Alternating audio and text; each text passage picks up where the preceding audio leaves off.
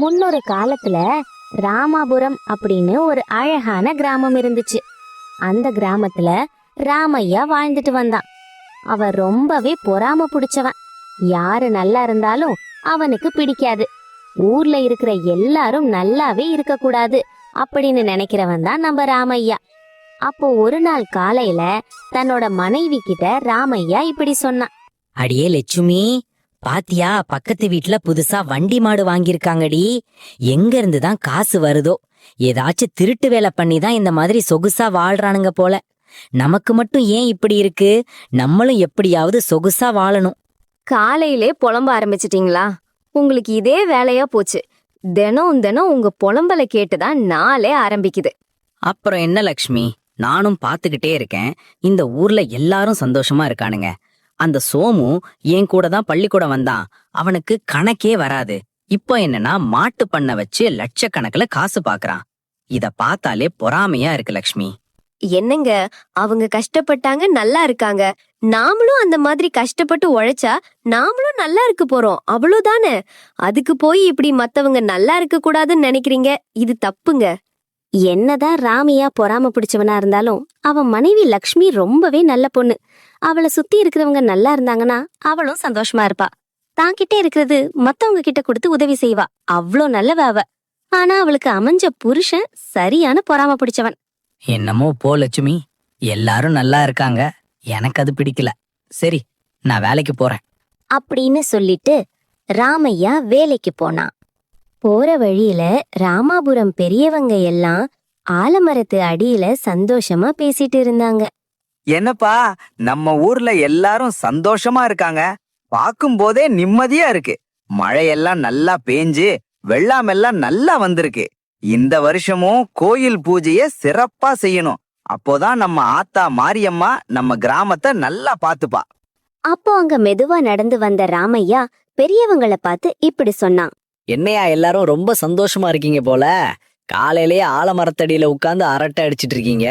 ஆமா ராமையா, நம்ம ஊருக்கு போன தடவை விட இந்த தடவை நல்லா மழை பெஞ்சிருக்கு.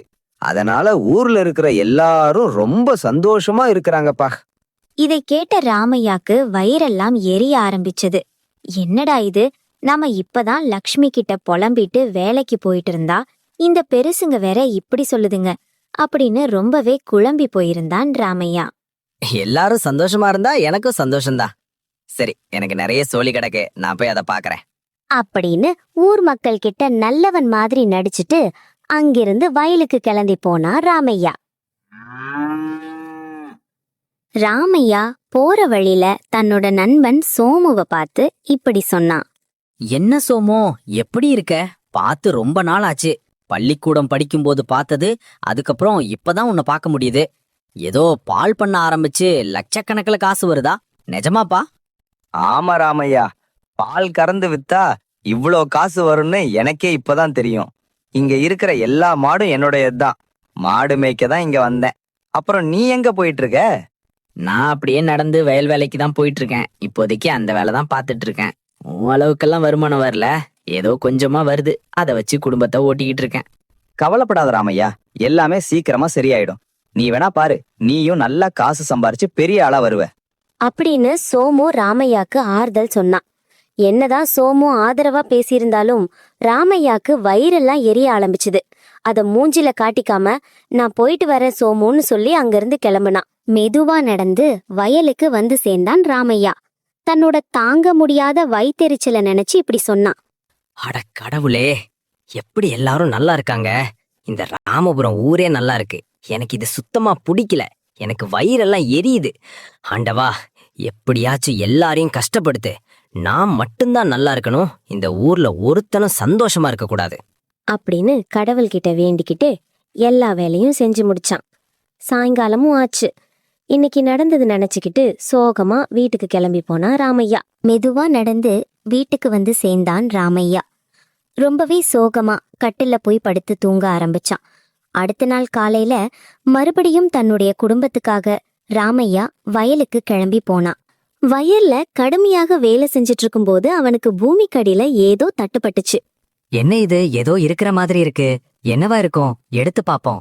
அப்படின்னு பூமிக்கு அடியில இருந்த ஒரு வினோதமான குச்சியை வெளியே எடுத்தார் ராமையா. அது என்னவா இருக்கும், யாரு எடுத்துட்டு வந்து வச்சிருப்பா அப்படின்னு யோசிச்சுக்கிட்டு வீட்டுக்கு நடந்து போனான். மெதுவா வீட்டுக்கு வந்து சேர்ந்த ராமையா தன்னோட மனைவிய பார்த்து இப்படி சொன்னான். மீனாட்சி, இங்க பாருடி, எனக்கு வயல்ல வேலை செஞ்சுக்கிட்டு இருக்கும்போது இந்த குச்சி கிடைச்சது. ரொம்ப வித்தியாசமா இருக்குல்ல. இது யார் அங்க புதைச்சு வச்சிருப்பா? ஒண்ணுமே புரியல. அதான் உனக்கு காட்ட எடுத்துட்டு வந்தேன். உங்களுக்கு இதே வேலையா போச்சு. ஒழுங்கா வயல்ல வேலை பார்க்காம குச்சி கிடைச்சது, பானை கிடைச்சதுன்னு சும்மா உளறிட்டு இருக்கீங்க. ஒழுங்கா ஒரு வேலை செய்யறதுக்கு இல்ல, அடுத்தவனை பார்த்து பொறாமப்பட்டுக்கிட்டே இருங்க. நீங்க உழைக்காதீங்க அப்படின்னு ரொம்பவே கோவமா சொன்னா லக்ஷ்மி. இத கேட்டு கடுப்பான ராமையா லக்ஷ்மிய பார்த்து கோவத்தோட இப்படி சொன்னான். லக்ஷ்மி, இப்ப எதுக்கு நாய் மாதிரி கத்திக்கிட்டே இருக்க? நான் உன்கிட்ட இதை காட்ட தானே வந்தேன். நீ என்னன்னா நாய் மாதிரி கத்தி என்னை கடுப்பாக்கிட்டு இருக்க. அப்படின்னு ராமையா சொல்லும் போதே லக்ஷ்மி காணாம போயிட்டா. லக்ஷ்மி இருந்த இடத்துல ஒரு நாய் தான் இருந்துச்சு. என்னடா இது, லட்சுமியை காணோம், இப்ப ஒரு நாய் தான் இருக்கு. லட்சுமி எங்க போன? இங்க தானே இருந்தா. அப்படியே ராமையாக்கு பயங்கரமான அதிர்ச்சி. இப்பதான் ராமையாக்கு புரிஞ்சது, இது சாதாரண குச்சி இல்ல, இது மந்திரக்கோள். அதுதான் லக்ஷ்மிய நாயா மாத்திருக்கு. இந்த மந்திரக்கோள் தான் லக்ஷ்மிய நாயா மாத்திருக்கா. இத வச்சு இந்த ராமையா இந்த ராமாபுரத்தை என்ன பண்றன்னு பாருங்கடா அப்படின்னு சொல்லி அங்கிருந்து கிளம்பினா ராமையா. மெதுவா நடந்து தன்னோட நண்பன் சோமு வீட்டுக்கு வந்தான் ராமையா. அவனை பார்த்து சோமு இப்படி சொன்னான். என்ன ராமையா, இங்க வந்திருக்க? என் வீட்டு பக்கமெல்லாம் நீ வரமாட்டிய? டே சோமு, நம்ம பள்ளிக்கூடத்துல படிக்கும்போது உனக்கு ஒழுங்கா கணக்கு கூட வராதுடா. இப்ப என்னன்னா நீ பால் பண்ண ஆரம்பிச்சு உனக்கு லட்சத்துல காசு வரும், அதை நான் பாத்துட்டு இருப்பனா? என்ன ராமையா, வாயில ரொம்ப நீழுது. உனக்கு இப்ப என்ன பிரச்சனை? நீ தாண்டா பிரச்சனை. மாடை வச்சுதானே பால் கறந்து லட்சத்துல சம்பாதிச்சா. நீ மாடாவே போடா அப்படின்னு ராமையா கோவமா சொன்ன உடனே சோமு ஒரு மாடா ஆயிட்டான். இத பார்த்த ராமையாக்கு ரொம்பவே சந்தோஷம். இந்த ஊர்ல யாரும் நல்லா இருக்க கூடாதுன்னு அவன் நினைச்சது நடந்துட்டு இருக்கு. இப்ப மெதுவா நடந்து அந்த ஊர் பெரியவங்கள பார்க்க போனான். பெரியவங்க இருக்கிற இடத்துக்கு வந்த ராமையா இப்படி சொன்னா. டே பெருசுங்களா, என்ன ரொம்ப சந்தோஷமா இருக்கீங்களா? தினமும் காலையில சேவல் கூவுறதுக்கு முன்னாடியே வந்து ஆலமரத்தடியில உட்கார்ந்து அப்படி ஒரு அரட்டை. எல்லாரும் சேவலாவே போங்கடா, இதாண்டா என் சாபம் அப்படின்னு ராமையா சொன்ன உடனே பெரியவங்க எல்லாரும் சேவலா மாறிட்டாங்க. ராமையாவுக்கு ரொம்பவே சந்தோஷம். அவன் மூஞ்சில ரொம்ப கர்வத்தோட சந்தோஷத்துல மிதந்துட்டு இருந்தான். அப்போ அங்க ஒரு குரல் கேட்டுச்சு. என்னங்க, எழுந்திரிங்க, வேலைக்கு போகணும்ல, நேரமாச்சு, எந்திரிங்க. என்ன இது, லக்ஷ்மி குரல் கேக்குது? அவதான் நாயா மாறிட்டாளே. என்னங்க, எழுந்திருக்கு போறீங்களா இல்லையா? லக்ஷ்மி, நீ நாயா மாறலையா? ஆமா, நான் எப்படி இங்க வந்தேன்? என்னது, நாயாவா? என்ன பகலே கனவா? சீக்கிரமா போய் வேலைய பாருங்க. என்னது, கனவா? அப்போ நான் பண்ணதெல்லாமே கனவா? ஐயோ. ஆமா, கனவுதான். மத்தவங்க நல்லா இருக்க கூடாதுன்னு நினைச்சீங்கன்னா கனவுல மட்டும்தான் நல்லா இருக்க மாட்டாங்க. நிஜத்துல எல்லாரும் சந்தோஷமா தான் இருப்பாங்க. அதனால சுயநலவாதியா யோசிக்காம கடினமா உழைச்சி உங்க வாழ்க்கைய மேம்படுத்திக்கோங்க. அடுத்தவன் வாழ்க்கைய கீழே இறக்க பார்க்காதீங்க. ஒன்னு ஞாபகம் வச்சுக்கோங்க, எப்பவும் கனவு உலகத்துல வாழாம நிஜத்திலையும் கொஞ்சம் வாழுங்க. என் பொறாமத்தனத்தால மத்தவங்க நல்லா இருக்க கூடாதுன்னு நினைச்சது ரொம்பவே தப்பு. இந்த பொறாமத்தனம் என்னையே அழிச்சிருக்கும் பாத்தீங்களா? அதனால நீங்களும் மத்தவங்கள பார்த்து பொறாமப்படாதீங்க. உங்களுக்கு இந்த வீடியோ பிடிச்சிருந்தா லைக் போட்டு சப்ஸ்கிரைப் பண்ணி வச்சுக்கோங்க. நன்றி.